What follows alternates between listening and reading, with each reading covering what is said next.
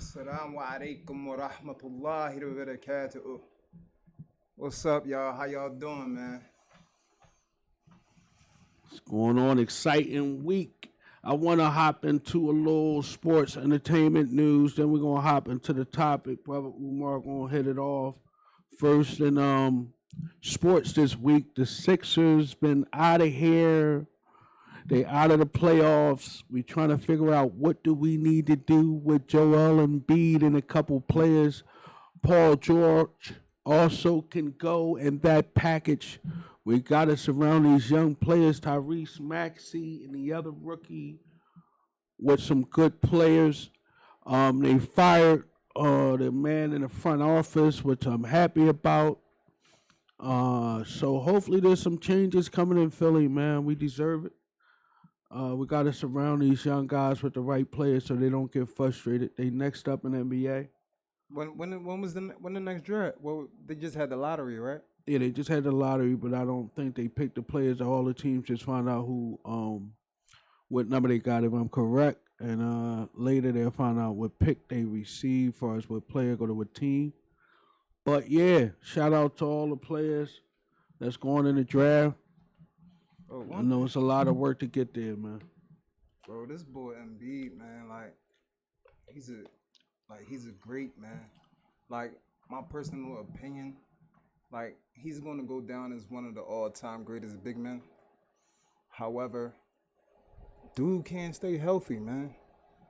That's a problem. Well, he's a taller statured player, real big feet. A lot of times they get a lot of broken bones and feet, ankle, leg injuries, which he's had on both legs, different surgeries. He's only playing 30 to 40% of each season. I don't even think he give us 50%. These guys are making 300 million. We have to change the way that the NBA players do things and the way the league handle the players. I'm sure they're in a lot of talks about these players who receive all this money and really don't play. There's a lot of the negotiations in the NBA. For sure. I ain't even with me, man. I've been real excited, man. I seen that Javante Tank Davis fight, man. Bro, dude is a beast, man. Yeah. I really don't think it's nobody in that division that can see this dude.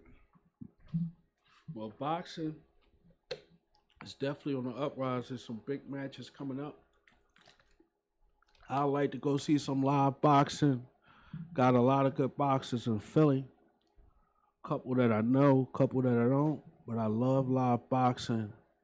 And my man, Terrence Crawford. He going crazy right now. He put a post up. He talking crazy. I thought he retired. He back? No, I'm just saying. He telling niggas, y'all want me to stop playing with me. Y'all know what I do. Y'all know what I do. Y'all know he the boogeyman.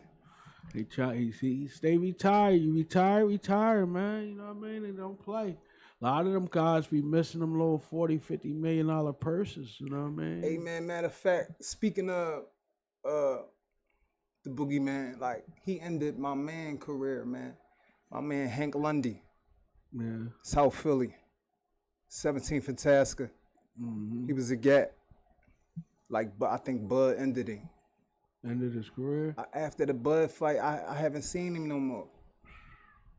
Boxing is a hell of a sport, man. Take a lot of work into that boxing thing. But moving on real quick to entertainment news, man. The Fulio trial has ended. All 4 suspects has been convicted. They're waiting for the sentencing hearing. I was looking at the young man Gaither get on the stand and try to save his life from the death penalty. Sometime I sit back and look at these cases. I like a lot of court TV and all that. And it was a real sad story to see the young boy. He supposedly killed the rapper at the age of 18. He's been locked up since 18. He's definitely probably facing life, if not the death penalty. He's in Florida where the laws are a little bit different. A lot of people don't know, depending on where you catch these cases, the laws can be different. But he was a very intelligent kid, came from a good family. He was talking about how his family is so supportive. They send other inmates money now while he's locked up. And I was just thinking to myself, like, this young boy could have been so many things in this world, man. And to throw your life away with something like that, like he was speaking with such intelligence on just trying to save his life from the death penalty. And it just made me reflect on life, man, that from 18 to maybe the rest of his life, he'll never be on the streets again. You know, that's deep. That's deep. It's deep. What's deep about that? That he threw his life away at an early age. Yeah, that's deep. Very intelligent kid. Probably had a few options on who he could have been and what he could have been. Sometimes not only environment, but sometimes we're following the wrong crowd. And I'm not sure of all the specifics in the case, but I'm sure that maybe it had something to do with it. You know what I mean? So, and that's one thing, homie. It's like I apologize. I don't know. I didn't know if you wanted to say something else, but like when you say that's heavy, like that's the reason why the people out there see our setting the way that it is, because we need to confront some issues that's going on within our community that needs to be addressed. And the topic of these YNs and these young black men losing their lives to incarceration, to senseless violence, to the Philadelphia public school system shutting 17 schools down, taking our education from our children. This shit is very important to me, for the simple fact that I was once one of those young black men. I am one of those young black men. I'm 40 years old. I spent 15 years in the prison system because of the decisions that I made in life. However, no one is asking what was his developmental like. However, the prison system, that's one thing that they gonna track. When these young black men is going in these prison systems, it's no longer a prison system no more. This shit is now an institution. Everything is about mental health today. We in a mental health crisis and we not paying the fuck attention to it.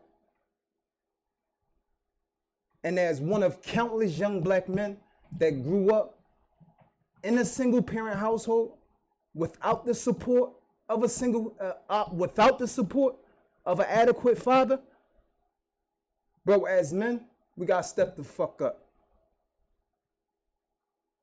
And educating ourselves on how to be men is very important.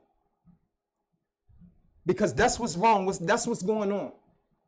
When a person comes to investigate what's going on with these young black men, I was incarcerated with a dude from North Philly named Sean Thomas. He was incarcerated for damn near 30-something years. That was my cellmate for 2 years up Cole Township. He gave his life sentence back. He gave a double wheel back. Came home and killed the nigga in North Philly for $1,800. The city gave him $4 million. Boy. That's my fucking brother. That's one of countless young black men that's losing their lives to prison incarceration. And the school, it's the fucking start of that shit. Philadelphia closing 17 schools down. You gotta understand, homie. Where these children gonna get their education from? Because as black men, we not giving it to our children. Let's be honest. Because if we was, they wouldn't be doing the shit that they doing. If my dad would have stood on principle, I wouldn't be experiencing the expensive pain that I'm going through today. Can I ask you a question? Absolutely. Can your pain start with your father, right? I want us through this show, and this is important because if we're talking about healing and really attacking our problems in the community, we got to start with stuff like this. Call your father, find resolve, find see if he can come on to the show or we can video chat with him on the show. And I want to hear how he feels as a father. Because sometimes it's two stories that's told. There's different stories told, definitely in fatherhood. And I can attest to that as a man. So, your father's still on this earth, right?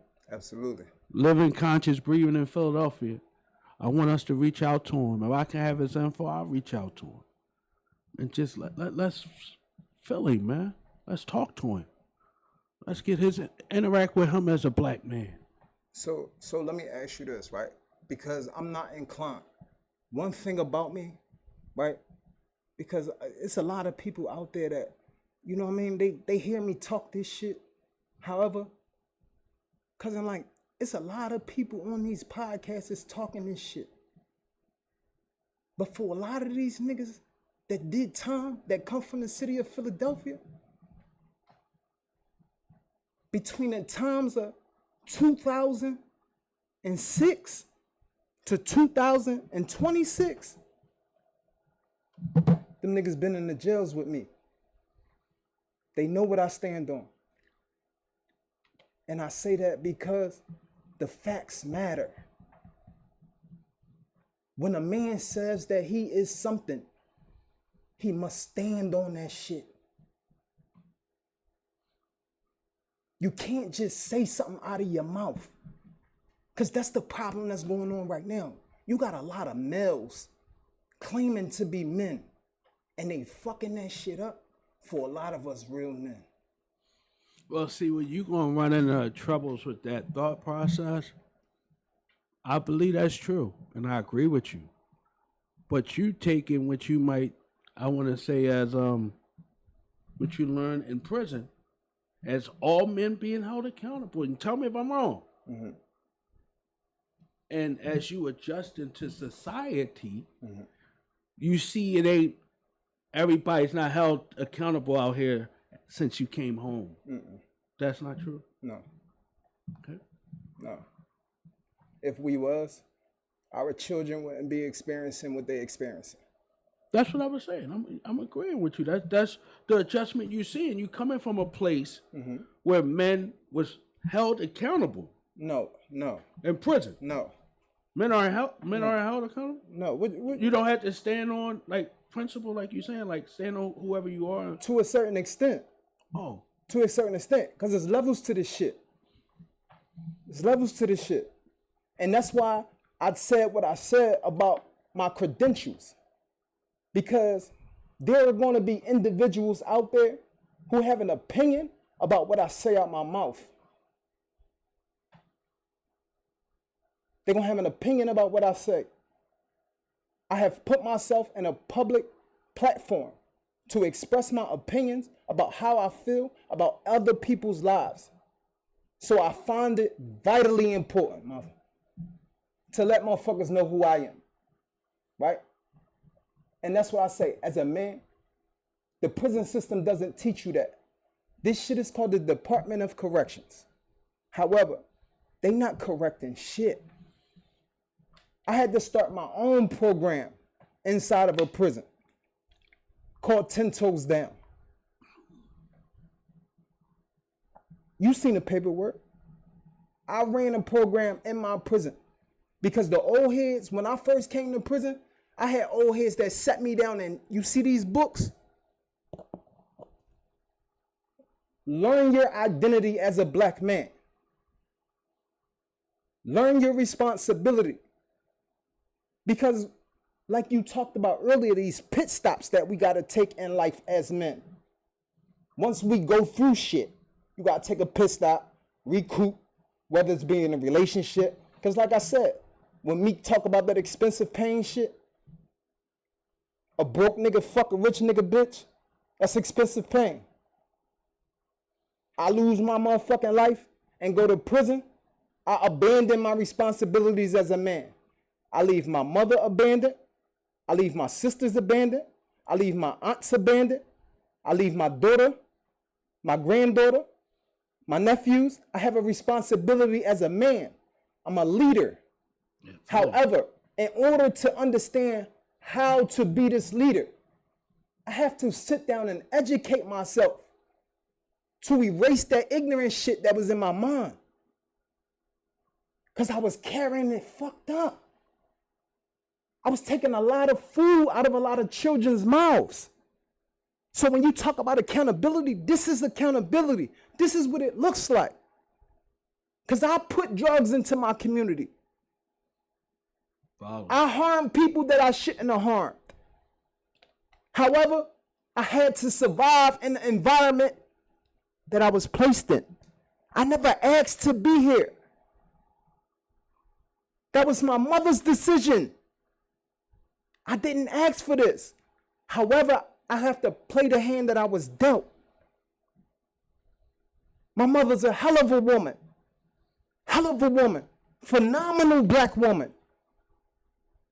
As a single woman, she held that shit down. She the reason why I am the man I am today. However, when Cuz decided to take off, because you got to understand, right? When I talk about that 80s shit, you got to understand. That crack cocaine epidemic, this is the residual effects of that crack cocaine epidemic. What we live in now. And what we live in now is the residual effects of the crack cocaine epidemic. Because what that crack cocaine did to our black communities, it took our fathers, our brothers, our leaders out of our households. I'm following. All my old heads, when I went through some of the when I went through, hold up, because you got to remember, like I told you, at 9 years old, I caught my first case at school. When you talk about the prison to school pipeline, this is what it looks like. I catch a case at 9 years old, playing with my sister in her class. Joey Marlino's cousin grabbed my arm. She's a substitute teacher. She falls. They call the cops on me. This young black man, he has ADHD. Something's wrong with him. Send him to a disciplinary school. So like countless black men in the city of Philadelphia that went through the same process I went through, David Snyder, you dig what I'm saying? Daoud Frankfurt, you dig what I'm saying?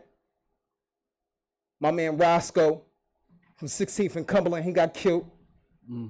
Stocks, North Philly, you dig what I'm saying? My man Andre Gall, 58th Street. All of us go through these disciplinary schools, right? School system kick us out, we go to disciplinary school, Shell Cross. After Shell Cross, we go State Road.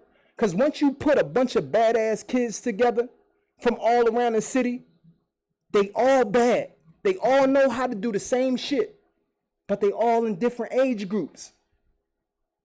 So now, instead of staying in South Philly, now I'm in Southwest, West, North, Uptown. I'm everywhere. I'm introducing myself to these men. I'm learning in a bunch of badass kids. And the next thing you know, we end up on State Road together. Couple years on State Road. We in Gladiator School. Couple years on State Road. We fighting. We getting busy. Because I'm going to tell you some shit that a lot of niggas ain't willing to say out their mouth. Because the way we was carrying it, even in the jails, the same way we carry that shit on the streets, we carrying this shit in the jail like that. Like I told you, the drug game, all that shit is the game. The females, they giving that whole up for some paper, for sure. Whatever you want, cuz I'm gonna get it for you. Just chill. You understand what I'm saying? So this is your development into your manhood. So now, once you get to the point of State Road and you meet a bunch of niggas from around the city and we stab each other up and we go in the cell and we rumble, and now these young boys blow that dune and they flop around in water like they fucking fish. You dig what I'm saying? Why are they doing that? Because they traumatized. Them niggas hurting. They in pain and their parents don't know what to do with them because their parents ain't learning. Because their parents ain't teaching them. That's your responsibility. As a black man, as a father, you have a responsibility to your community. You're somebody's father. Somebody come on your block, come in your neighborhood store. If you was out there in the streets hustling and a nigga from South Philly came up uptown to put some work out there, you gonna go in the crib and grab your joint and go holler at this nigga. So why is it different when it comes to our children? That's right. Gotta be aggressive in parenting. Come on, man. So what do we do to get better? We discussed the problem. But as black men, you discussing our responsibilities as black men. Right. And we're not properly handling those responsibilities. How do we get better?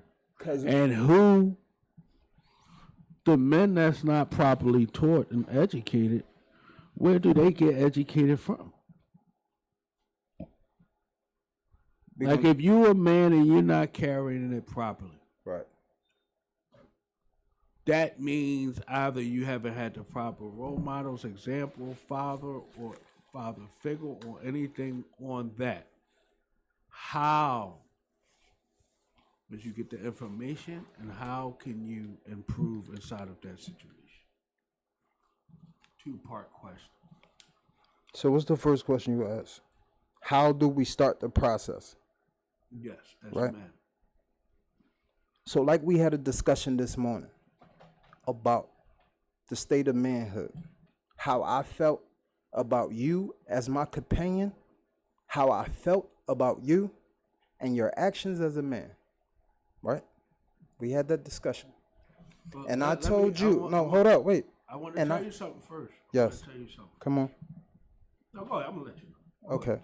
So when we had our discussion right now, right?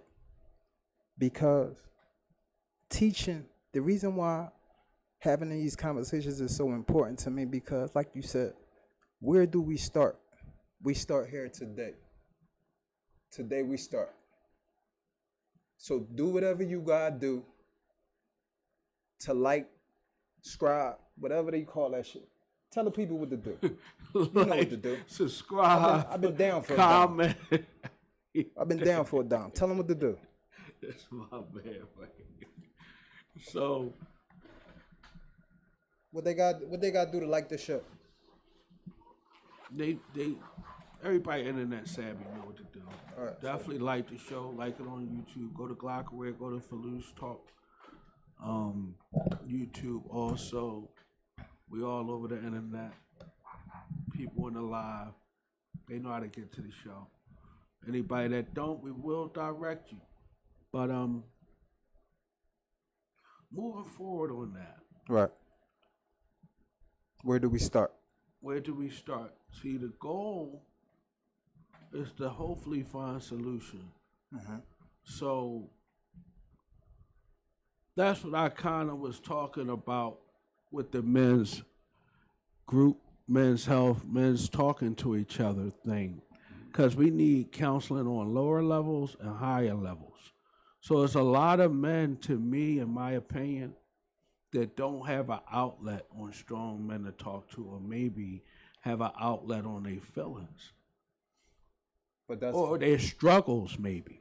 But that's filoosh, nigga. So my thing is, we as men have to create safe spaces where we can also be men and be expressive. Because if we walking around with a bunch of problems bottled up that we never handle, this is a big part of the problem. And also a big part of the problem with black men, in my opinion, starting with me, is identity crisis. Right. So if a black man has all these identity crises, he never finds himself. He don't know himself emotionally, financially, career-wise, spiritual-wise, no sense of direction. He needs time. And that's nothing that you can find through a person. That's not you can find through a woman. That's not you can find through sex. That's not you can find through a bunch of relationships. At some point, as black men, our lives start fast. Even when you think about sex, growing up, being in the streets, all that type of stuff, sometimes we do that premature. That's why a lot of our kids are smoking and doing drugs at young ages. So we do need time for our brains to develop, our lives to develop, for ourselves to give ourselves a chance in life. So we have to take structure from our parents, and also for our young teenagers, you have to take accountability for yourself also. So what happens when your parent is not there? When your parent is not there to give you that structure, what happens? What happens is, inshallah, you have someone. I don't know who that someone may be, whether that's a grandmom, a grandfather, a brother, a sister, an uncle, a step parent, a neighbor, adopted parent sometime. Yeah, the world is big, so there's some adopted families that might love you better than your biological family. I'm glad you said that. That's very important. Yeah, because in this pit stop that we in right now, because we in a pit stop as black men, right? Because, like my man, what's his name? Hill Harper. He wrote a book, A Letter to My Incarcerated Brother. Right? A letter to my incarcerated brother. He talks about pit stops for us as men. What these pit stops look like. And the analogy that he gave, he said, as black men, like as men, period, because it's not just a black thing, as men, right? There's going to come a point when your body, your mind, you're like a race car. You're constantly driving around the track. You're racing, right? And in this race, your tires are going to get bald. Your gas is going to run out, right? Your alignment is going to come disarray, right? You're going to have issues with your car. Every vehicle is going to experience this. Every man is going to experience this. Every human being is going to experience problems in life, right? So sometimes we got to regroup. You got to go see that mechanic. However, a lot of us are taking our cars to go to these mechanics, and our cars are coming back worse than what they were before. So that pit stop that you took to get your tires fixed, now when you went down 95 and your shit came off and you're on the side of the road, now you in another pit stop. So now what you do? Good comments. I'm going to start with the comments first. One, I think the same person say, start with yourself. Have integrity, lead by example. So we pray in them pit stops that we get better as men. Let me ask you a question. We hope we get better. There's so many ways to get better. And getting better has a lot to do with being by yourself and being in tune with yourself on that pit stop. That's what me and Umar was having a strong conversation. I'm not going to bring the whole conversation into play, but I'm going to bring one point of men being by themselves for a while. And I was telling Umar, he was telling me I mean, I could let you say it even more clear because I don't want to say it wrong. He was basically telling me that I shouldn't want to not have a woman at my house or be single at this time. Am I wrong or am I right? Before I move forward. So whatever he was saying, that's what I took from it.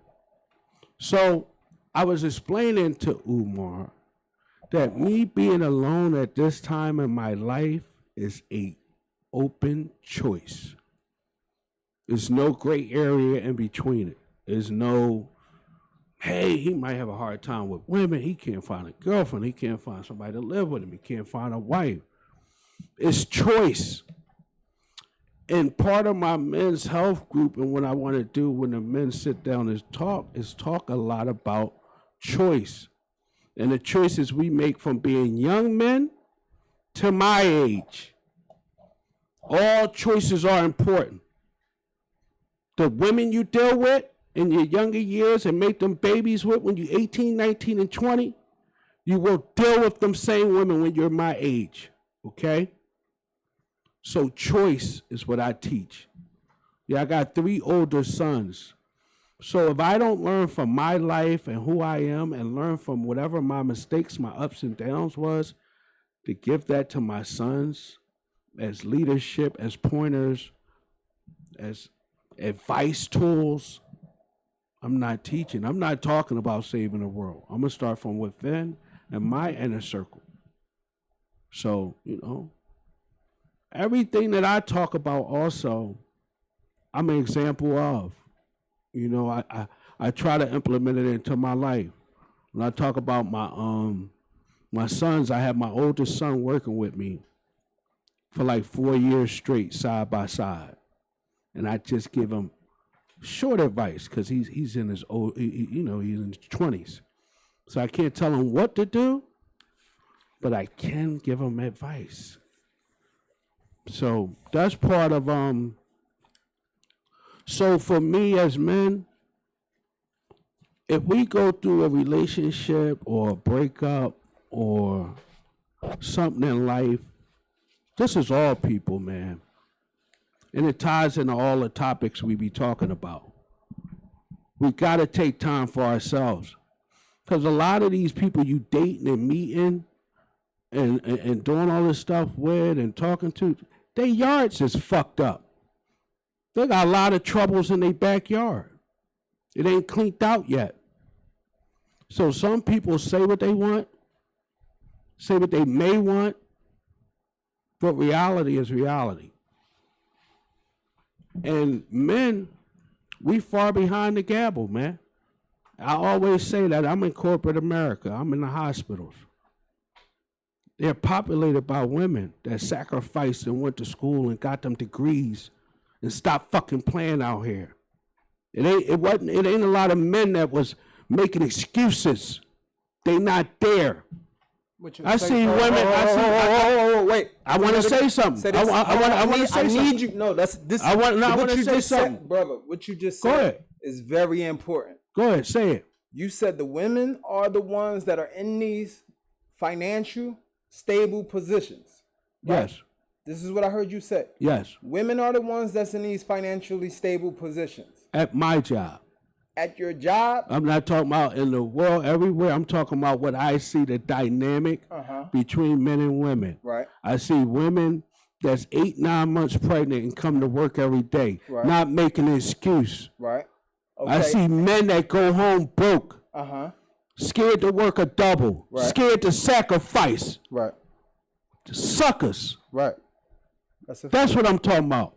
So I know a lady 50, 60, man. She might be 60 years old. Work harder than any man I know. Yeah, stuff like that. We got to have that integrity, bro, and be example. Bro, I don't want to keep cutting you off. However, bro, one thing that you have to understand about me, and I keep telling you this. I cannot allow an individual to say something to me that I do not agree with.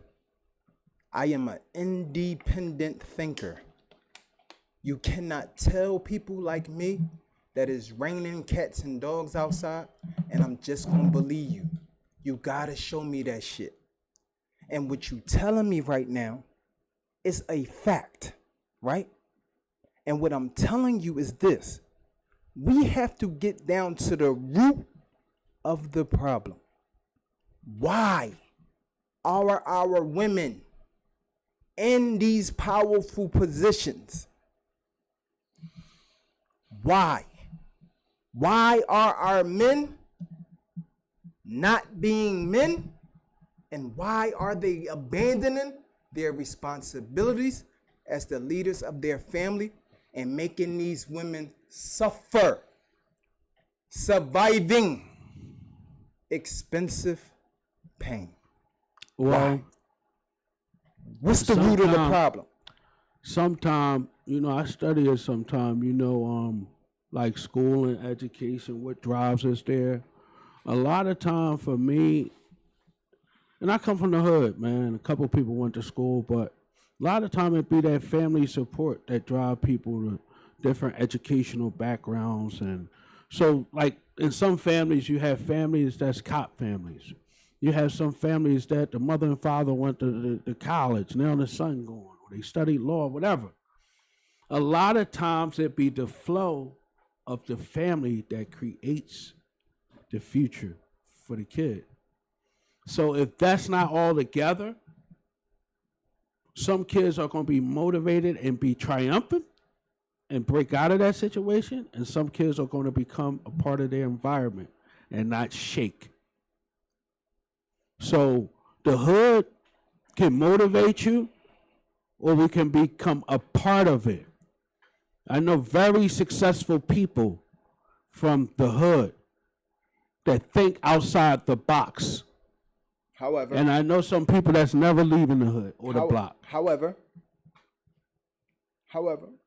what makes them stay in the hood?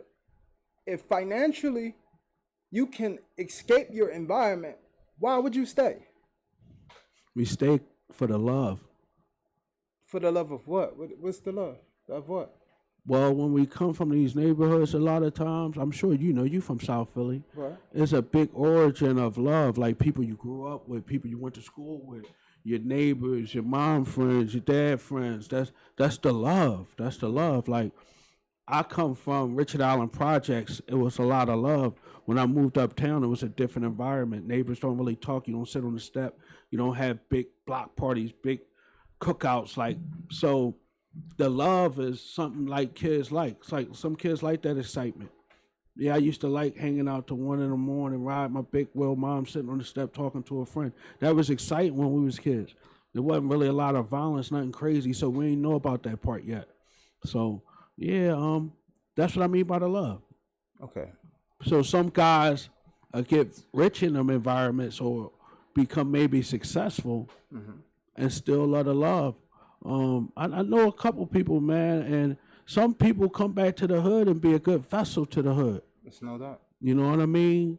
Be a good vessel to the hood, man. And bro, and I'm not even gonna hold you. That's the reason why. You see this paper right here?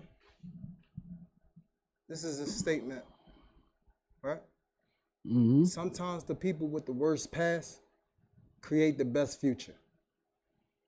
Sometimes the people with the worst past create the best future, right? This paper right here stayed on my wall my whole 10 years. I wake up to this every day. It's a reminder of my responsibilities.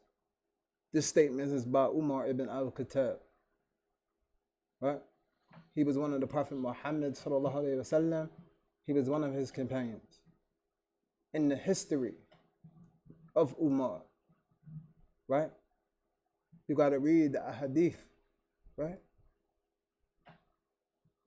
He was rumored that when he would walk down the street, he was so feared before taking shahada that the shaitan would walk across the street when he would come down the street.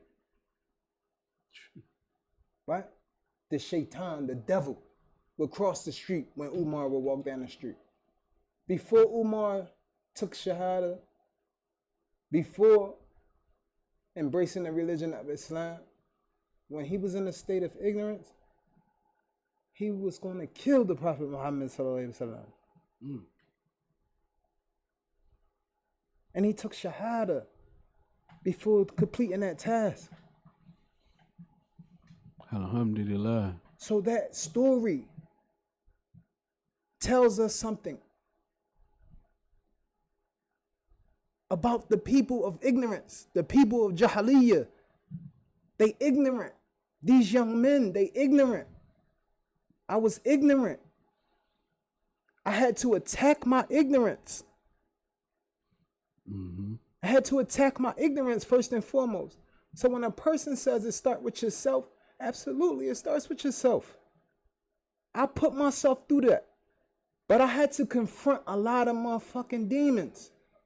I'm still confronting them. Somebody, I didn't want to cut you off. Somebody said nurture over nature. No, somebody said something under that was real. Nature over nurture. Somebody said something deep. They said it's a struggle to learn the mindset as a man that you should have learned as a child. It's not hard. That's deep. It's deep. But bro, it's not hard, bro. Wallahi, I tell you. And I tell you, no bull crap. I'm willing to sit down with anybody in the city of Philadelphia. Like, everybody that been incarcerated in the feds, they know. When you come on a block, dudes want to see that paperwork. You got to show them credentials. You say you from the city, you from the biddy, you was carrying it like you was carrying it. Let me holler at you. Because I need to know who your folks is. You from Richard Island? I need to understand your credentials. Because I can't let you in this car if you ain't going to hold this shit down the way you supposed to hold it down. Because niggas going to die behind this shit. And in these environments that we be in, these are the situations that we put in. These young boys dying behind some shit that went on in our era, in the 80s. This shit happened in the 80s. When you talk about black men getting money and this being the best era, bro, this was the best and worst era for our community. It was the best and worst era. Yes, it did give black men an opportunity to get some money and see some paper that they ain't never see. When you hear these stories about drug kingpins and queen pins, them Jones is true, bro. Them boys is really getting money. It's blocks out here today that's still doing M's. Look at Kensington. Look at the investigation that's going on up there. Them boys getting indicted all around the city. As black people, we gonna always have a need for these riches, these toys, cars, clothes, jewelry, whatever. We gonna have this. This is the trauma. This is the trauma I'm telling you that I've experienced. So when I talk about this shit, I'm talking from lived experience. You gotta have credentials to talk about certain shit. You can't just stand in front of certain niggas and say shit that ain't facts. And these are the facts that we have to understand as a society of black people. That crack cocaine epidemic destroyed us, it emasculated us as black men. As a society, black men are emasculated. That's why the women are so masculine. That's why the women get so much money. Because they've been put in positions of survival. Because we abandoned our responsibilities. Our fathers. I disagree. Give me the facts. Tell me the why reason why women are in position now are not because men are demasculated. These men right now have opportunity, time, everything ahead of them. They lazy. They don't want it. They sitting at home. They looking on the internet at what other people are doing. They're not taking a sacrifice. Why? That has nothing to do with none of those factors. They don't even know their history to know about that. They don't. They don't. You got to know how this stuff affects you today. Bro. We make excuses in society. Bro, let me explain men. Something to you, because this is very important. We have 5 minutes. This is very important. I'm gonna shoot this shit flat out. This is basically what it is, right? Like I said, I was once one of you ignorant young men, right? Because we're gonna put it out there as facts. When you putting drugs into your community, you taking food off of another young black man's plate, right? The drugs that his mother or his father is coming to buy from us, that's money that he used to food, for his shoes, for his clothing, so he could go to school, so forth and so on. We take that money. When we put these shells into each other, we hurt whoever these shells is going into. These mothers are being destroyed. They need their sons.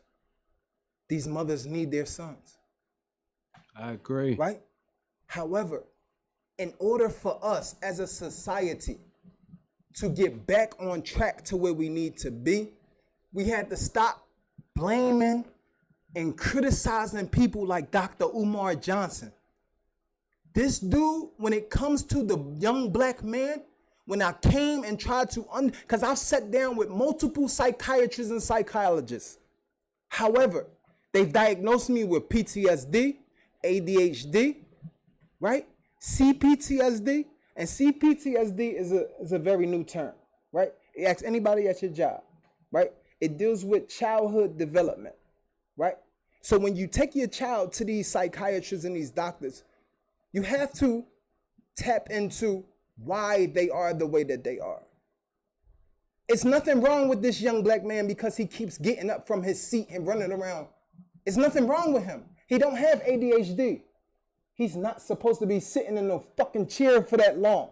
We men, we black men, we work. We got big arms, big chests, big legs for a fucking reason. Put some work in. That's what your job is. That's why Allah subhanahu wa ta'ala created us stronger than the women. So we could put the problems on our back. However, these niggas got skirts on. These niggas chumps. These niggas pussy, bro. We gonna call it for what it is. And we gotta call this shit out. And we gotta make these niggas stand on what they stand on. But we gotta educate them. And it starts with educating their minds first and foremost. You say you can't change. What if your father abandoned you when you was a child? My father abandoned me. Fuck that nigga. Cool. You want to call him? Let's call him. I'm a man. Let's talk. I would love that shit. I love him. I love him. He a man. I respect him. He's my father.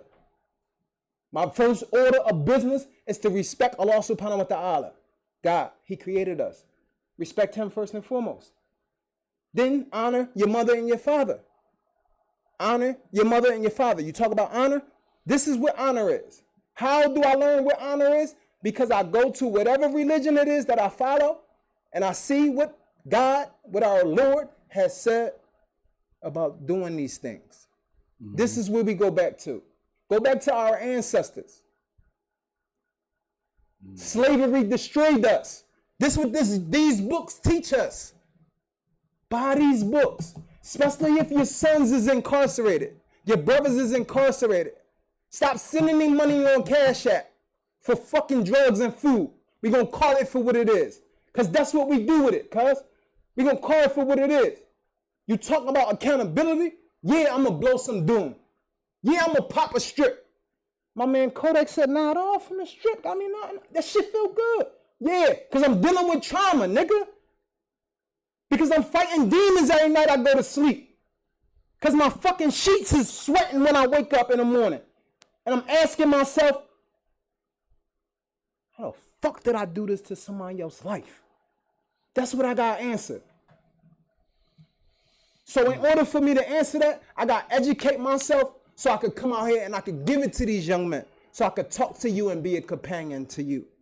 So I could tell you, bro, next week, Saturday, May 23rd, Sunday, May 24th, we going to this all men's convention.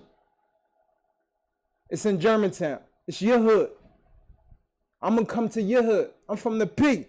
I'm coming uptown. Coming uptown? With no gun. Anybody can come holler at me. I trust in Allah. Oh, they don't want no trouble, man. I'm just saying, I carry you. You look like trouble, man. I don't want no trouble. They know. I don't do that. You know what I mean? We don't talk. The people know. We don't talk about that. I'm going to be out here, though. Because these some black men that know more than I know. and I love myself. And I know my identity. And I know my responsibility as a man. And I apologize to y'all as women. And I got the donut lips because I'm amped. Well, I'm going to tell you something, man. And hold up, my fault. Malcolm X Park. It's another event. Black people, come out. Come learn about your ancestors. Y'all want to help your households. Y'all want to save y'all children. Y'all want better men. Y'all want better women. Educate them. Take them around the elders that know how to sustain 30, 40-year marriages, that know how to deal with the pressures of life, that know how to run sustainable business. Come learn. Sit under our ancestors. Every time you go in a store, you representing theirs. Every day. We walk around with all this fucking money in our pocket, holding it up to our ears. That's their ancestors, nigga. They make sure we represent them. We make sure we represent them. That's all we love is money. Because I grew up in poverty. That's all I love. I want it. So my pain is expensive, cousin. I feel you. Well, brother made some good points, man. We're going to get his pain in order this season on Filoosh Talk. We're going to help each other, help the community. We're going to be here for our brothers and sisters, man. Good open forum conversations is what we need. That's what Filoosh Talk is about. Like he said, we will get opinions and backlash, man. And that's just a part of being on a podcast, man. I'm not deep into people's opinions. I just try to move like a soldier and be an example. So on that note, we signing off. Next week, we will have an exciting show, exciting topic. I love all my supporters. Shout out to the haters too, man. Talking about support. We talk about unity. We got to come together. This is how we coming together. Had these conversations. When we see each other in the street, bro, I don't got nothing against you, bro. I love you, bro. For the sake of Allah, I promise you I love you. I don't want to do nothing to you. Inshallah, you don't want to do nothing to me. Women, I don't want to do nothing to you. Inshallah, you could put an overgarment on. That'll make us men respect you better. I'm not saying you gotta hide your body. Respect your body. We like that. That's attractive. That's sexy. Is it? Sure. It shows that a woman has some type of integrity, respect about herself. You want a wife when you on these pit stops? I don't want you to be alone. You ain't supposed to be alone. Find somebody that complements your style. Because that's what I'm looking for. Yeah, I'm in a pit stop. I ain't got no paper. But I want a bad wife, though. I tell you that. I'm going to find myself first. I don't even want that right now. I'm finding me, man. I'm loving me, bro. And that's it. I'm going to stand on that. And I hope other men work on them, make sure their self-esteem is in order, so they don't get with these women, be controlling them, knocking them upside their head, and being off point, being way behind. Because society is moving fast, bro. It ain't waiting for us. We need fathers. Fathers, it's your responsibility. We love y'all, man. Filoosh Talk, man. See y'all next week. We out. Assalamu alaikum. Bro, y'all.